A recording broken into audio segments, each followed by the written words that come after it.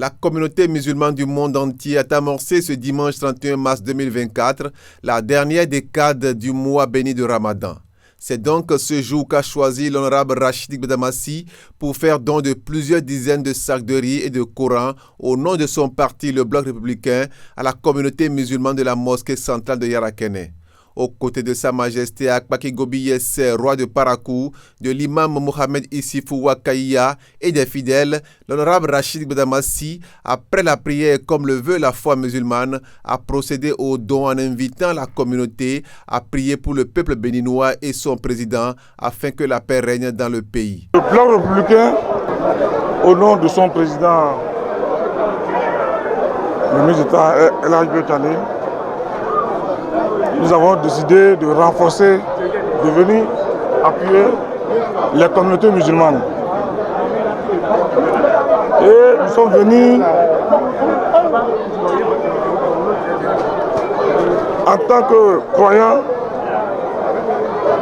en respectant ce mois sacré, nous sommes venus désintoxiquer l'opinion publique. Parce que depuis un certain moment, il y a un leader politique qui a commencé par faire le tour de la communauté musulmane. Et la stratégie, c'est l'insurrection populaire. Et nous sommes venus en nos qualités de militants, membres du bureau exécutif du Bloc républicain, demander aux populations de rester calmes. Parakou n'est pas une ville où il faut venir toujours allumer le feu. Maintenant, Parakou veut son développement. Parakou a besoin des routes, les boulevards, les emplois. La ville de Parakou veut vivre. Les jeunes ne veulent plus servir de cobayes. Et c'est pour ça que nous sommes venus ici pour assister la communauté musulmane, leur demander en ce mois sacré-là de prier. Toujours proche de sa communauté, l'honorable, après avoir accompli cet acte charitable, a en bon musulman rompu le jeûne avec l'imam et les siens en famille comme le veut la foi. Et là également, l'honorable n'a pas manqué d'appeler les fidèles à ne pas verser dans la violence que prônent certaines personnes. Le Bénin, pays de Bianzin, de Biogera, de Kaba, de Mathieu Kékou, pays des imams, ne basculera pas dans la violence. Le Bénin est un pays béni. Et c'est pour ça que nous sommes venus ici. Et nous allons circuler partout, véhiculer le message de la paix. Nos militantes et militants du Bloc doivent riposter par un comportement vertueux, par un comportement de la paix. Même quand les autres, qui par le passé ont eu à occuper des postes de responsabilité, ne veulent pas avoir un comportement vertueux, nous avons le droit de donner le bon exemple. Soucieux des conditions de prière des fidèles, il en a profité pour inviter les uns et les autres à contribuer à achever la mosquée. Et c'est pour ça que je profite de l'occasion pour demander aux généreux de nous aider.